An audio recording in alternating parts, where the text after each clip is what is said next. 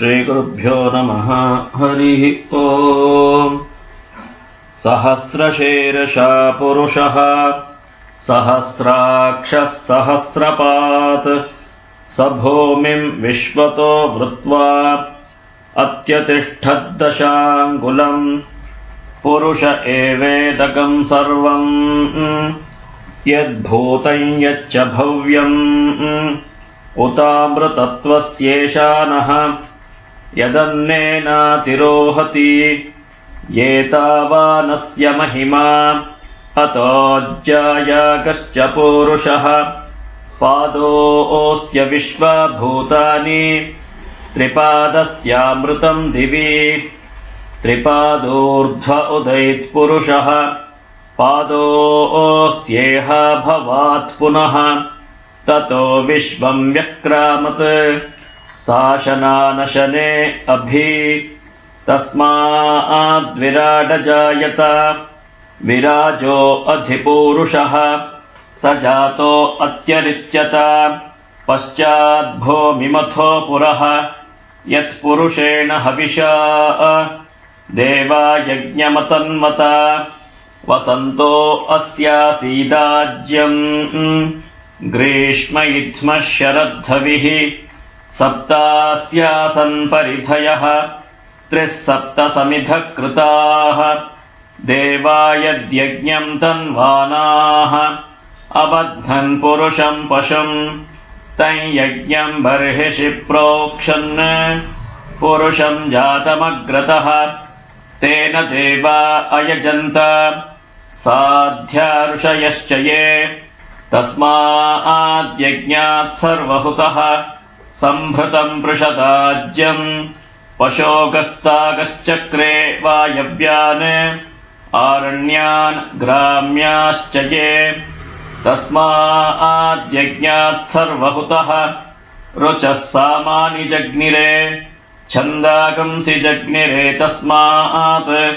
यजुस्तस्मादजायत तस्मादश्वा अजायन्त ये केचो भयादतः गावोह जग्निरे तस्माज्जाता अजावयः यत्पुरुषं व्यदधुः कतिधा व्यकल्पयन् मुखं किमस्य को बाहो कावोरोपादा उच्येते ब्राह्मणोऽस्य मुखमासीत् बाहो राजन्यः कृतः ऊरो तदस्य यद्वैश्यः पद्भ्यागं शूद्रो अजायत चन्द्रमा मनसो जातः चक्षोः सूर्यो अजायत मुखादिन्द्रश्चाग्निश्च प्राणाद्वायुरजायत नाभ्या आसीदन्तरिक्षं शेष्णोऽद्योः समवर्तत पद्भ्याम्भोनिर्दिशश्रोत्रात् तथा लोकागम् अकल्पयन् वेदाहमेतं पुरुषं महान्तम् आदित्यवर्णं तमसस्तु पारे सर्वाणि रूपाणि विचित्य धीरः नामानि कृत्वाभिवदन्यदास्ते धाता पुरस्ताद्यमुदा जहार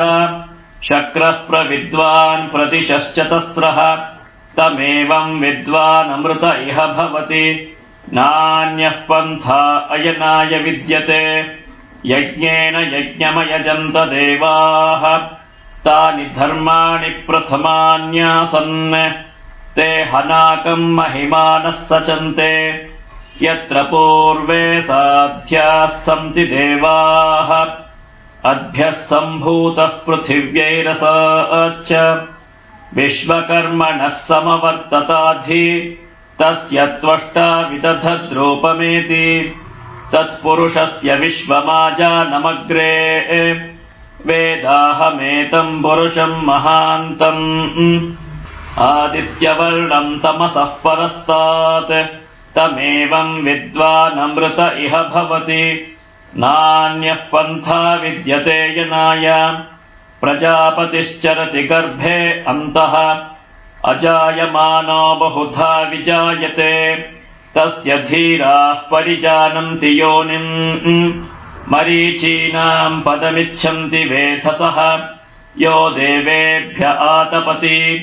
यो देवानां पुरोहितः पूर्वो यो देवेभ्यो जातः